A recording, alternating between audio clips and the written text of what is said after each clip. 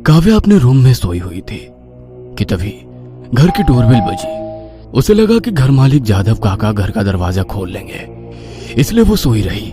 लेकिन जब बेल बार बार बजने लगी तब उसे समझ आया कि आज तो घर मालिक जादव और उनका बेटा टॉम घर पर नहीं है, इसलिए दरवाजा उसे ही खोलना पड़ेगा। काव्या 2 हफ्ते पहले ही भाग्य विधाता मेंशन यानी वामन जादव के घर पेइंग गेस्ट बनकर रहने आई थी। घर में केवल 3 ही सदस्य थे, वामन जादव, उनका बेटा टॉम और काव्या। वामन जादव 65 साल के बुजुर्ग थे और उनका बेटा टॉम 30 साल का था, लेकिन पागल था।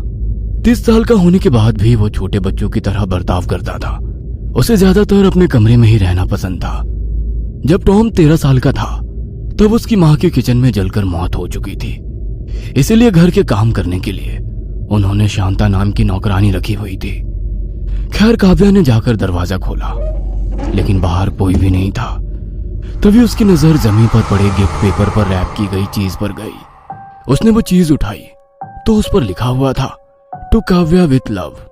वो उस गिफ्ट को उठाकर घर के अंदर आई और सोफे पर बैठकर उसने वो गिफ्ट खोला।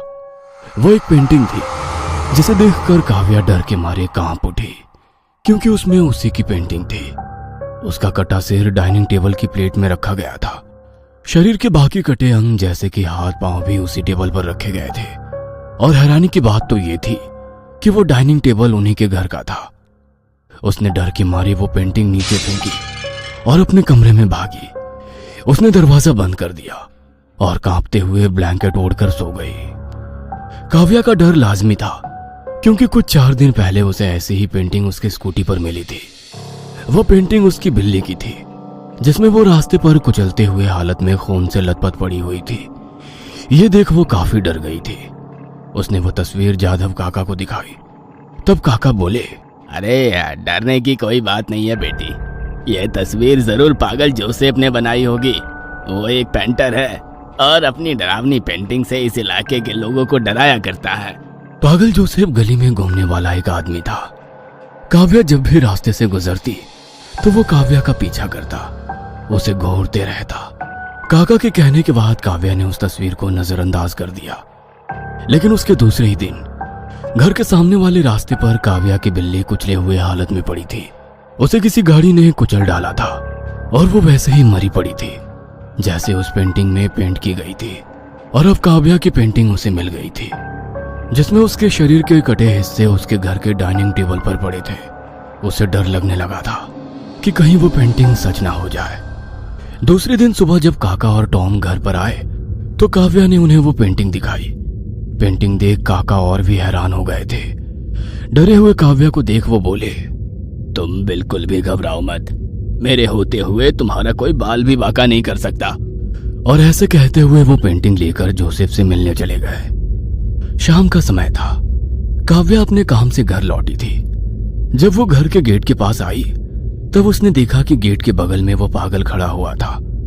वो काव्या को देख कान पकड़कर माफी मांग रहा था। उसे माफी मांगते देख काव्या का डर निकल गया और वो घर के अंदर चली गई। टॉम लिविंग रूम में सोफे पर बैठे टीवी पर कार्टून देख रहा था। काव्या को देख वो शर्माया और अपने कमरे में चला गया कि तभी डोरबेल बजी। शांता ने दरवाजा खोला तो फर्श पर और एक गिफ्ट पेपर में रैप की गई पेंटिंग उसे दिखाई दी। उसने गेट की तरफ देखा तो वहां पर पागल जोसेफ उसे दांत दिखाकर मुस्कुरा रहा था। शांता ने पेंटिंग अंदर ली और दरवाजा बंद कर दिया। काव्या डर गई, क्योंकि ना जाने उस पेंटिंग में क्या निकलने वाला था। शांता ने गिफ्ट पेपर हटाया और जब पेंटिंग देखी तो हंस पड़ी। उसने वो पेंटिंग काव्या को दिखाई। पेंटिंग में काव्या खुशी से टॉम के गले लगी हुई थी, बिल्कुल उसके गर्लफ्रेंड की तरह। ये देख वो भी हंस पड़ी। ये देखो, ये पागल जोसेफ तो सच में गधा है। भला तुम उस पागल टॉम से क्यों चिपकने लगी? जाने दो ना शांता काकू, आप भी ना। काव्या हंसते हुए बोली। खैर, काव्या ने कल रात मिली पेंटिंग का डर अपने दिल से निकाल डाला था। शाम के कुछ 8 बज रहे थे। शांता किचन में खाना पका रही थी कि तभी काव्या वहां पर आ गई। काकू, कितनी देर लगेगी? भूख से मेरे पेट में चूहे दौड़ रहे हैं। अरे बस 5 मिनट। जैसे ही चावल पक जाएंगे मैं तुम्हें खाने के लिए बुला लूंगी, शांता ने कहा और काव्या अपने कमरे में चली गई। आधा घंटा बीत चुका था, लेकिन अभी भी शांता ने उसे खाना खाने के लिए नहीं बुलाया था, इसलिए काव्या किचन में चली गई तो उसने देखा कि गैस पर चावल जल चुके थे। उसने जल्दी से गैस बंद कर दिया। उसने शांता काकू को आवाज लगाई, लेकिन उन्होंने कोई भी जवाब नहीं दिया। उसने उस हुक की तरफ देखा जिस पर शांता अपनी थैली लटकाया करती थी, तो वहां पर थैली नहीं थी। इसका मतलब वो अपने घर चली गई थी, लेकिन जाते वक्त चावल गैस से उतारना भूल गई। खैर, उसने दाल रोटी खा ली और कमरे में चली गई। रात के लगभग 2 बज रहे थे। काव्या लैपटॉप पर अपना काम कर रही थी कि तभी डोरबेल बजी। उसने सोचा कि जादव काका देख लेंगे, लेकिन बेल बार बार बजने लगी। तब उसे लगा कि शायद बूढ़ा सो गया होगा, इसीलिए वो दरवाजा खोलने चली गई। और जब उसने दरवाजा खोला तो वहां पर एक और पेंटिंग जमीन पर पड़ी हुई थी। उसने आजू बाजू देखा तो उसे कोई भी नजर नहीं आया। पेंटिंग उठाकर वो सोफे पर आकर बैठ गई। जब उसने उस पर से पेपर हटाया तो उसकी आंखें फटी की फटी रह गई, क्योंकि उस पेंटिंग में वो खुद थी। दीवार से उसके दोनों हाथ बंधे हुए थे और उसके सामने काले कपड़े पहना आदमी हाथ में खून से सना चाकू लेकर खड़ा हुआ था, लेकिन उसका चेहरा दिखाई नहीं दे रहा था। उसकी पीठ और सिर का पिछला हिस्सा ही दिख रहा था और पेंटिंग के नीचे लिखा हुआ था, तुम कुछ ही देर में मरने वाली हो। यह देख वो डर गई और पेंटिंग लेकर जादव काका के कमरे की ओर भागी।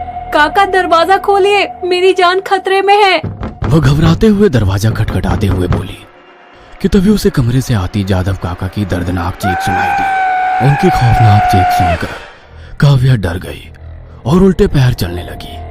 शायद पेंटिंग में जो खूनी था वो घर में घुस आया था और उसने जादव काका की जान ली थी कि तभी उस कमरे का दरवाजा खुल गया और कमरे में काव्या को वही खूनी दिखाई पड़ा जो पेंटिंग में था, लेकिन उसने अपने चेहरे पर मास्क लगाया था और उसकी सिर्फ आंखें ही दिख रही थी। कटने के लिए तैयार हो जाओ मेरी मुर्गी, ऐसा कहते हुए वह खूनी काव्या की तरफ बढ़ा। काव्या वहां से दूसरे माले पर जाने लगी, सीढ़ियों की तरफ भागी, लेकिन वो जब सीढ़ियां चढ़ रही थी तभी उस खूनी ने उसका एक पैर पकड़ लिया और उसे खींचा। काव्या मुंह के बल सीढ़ियों पर गिर गई। वो चीखी। खूनी उसका पैर खींचते हुए घसीटकर उसे सीढ़ियों से नीचे ले आया। वह खूनी डरावनी आवाज में हंसा और उसने चाकू दोनों हाथों से पकड़ा और वो उसे बस काव्या के पेट में घोंपने ही वाला था कि तभी काव्या ने उसकी प्यूबिक जगह पर जोर से लात मारी और खूनी के हाथ से चाकू नीचे गिर गया। वो फर्श पर लेटकर दर्द के मारे कराहने लगा। काव्या ने जैसे तैसे खुद को संभाला। उसके चेहरे से खून निकल रहा था। वह घर के दरवाजे की तरफ भागने ही वाली थी कि तभी उसे जादव काका की दर्द भरी आवाज सुनाई दी। काव्या बेटा, मुझे बचाओ। काव्या ने आवाज की तरफ देखा तो जादव काका कमरे से बाहर आए थे। उनके पेट से खून निकल रहा था। काव्या उनके पास चली गई कि तभी उसे पीछे से खूनी की आवाज सुनाई दी। मैं तुम्हें काट डालूंगा। खूनी अपनी जगह से उठते हुए बोला। वह अपने बाएं हाथ से पेट पकड़कर लड़खड़ाते हुए कदम से चल रहा था कि तभी काव्या की पीठ में किसी ने चाकू घोंप दिया। काव्या चीखी। उसने मुड़कर देखा तो जादव काका ने ही उसके पीठ में चाकू घोंप दिया था। उसे कुछ भी समझ नहीं आ रहा था कि उन्होंने ऐसा क्यों किया, लेकिन उसे उसका गुस्सा आया था। उसने गुस्से में उसको जोर से धक्का मारा और वो सिर के बल टेबल के कोने में जा गिरे और नीचे गिर गए। काव्या ने पीछे देखा तो खूनी लड़खड़ाते हुए कदमों से उसकी ओर ही बढ़ रहा था। वो अपने दर्द से अभी भी उबरा नहीं था। कौन हो तुम और मुझे क्यों मारना चाहते हो? काव्या ने उस खूनी से पूछा। तब उस खूनी ने अपने चेहरे से मास्क हटाया और उसका चेहरा देखकर काव्या दंग रह गई। उसका मुंह खोला का खोला रह गया, क्योंकि वो जादव काका का पागल बेटा टॉम था। जादव काका और टॉम क्यों मारना चाहते हैं काव्या को? उसने ऐसी क्या गलती की है कि वो दोनों उसे मारना चाहते हैं? कौन है वो खूनी चित्रकार? जानने के लिए पार्ट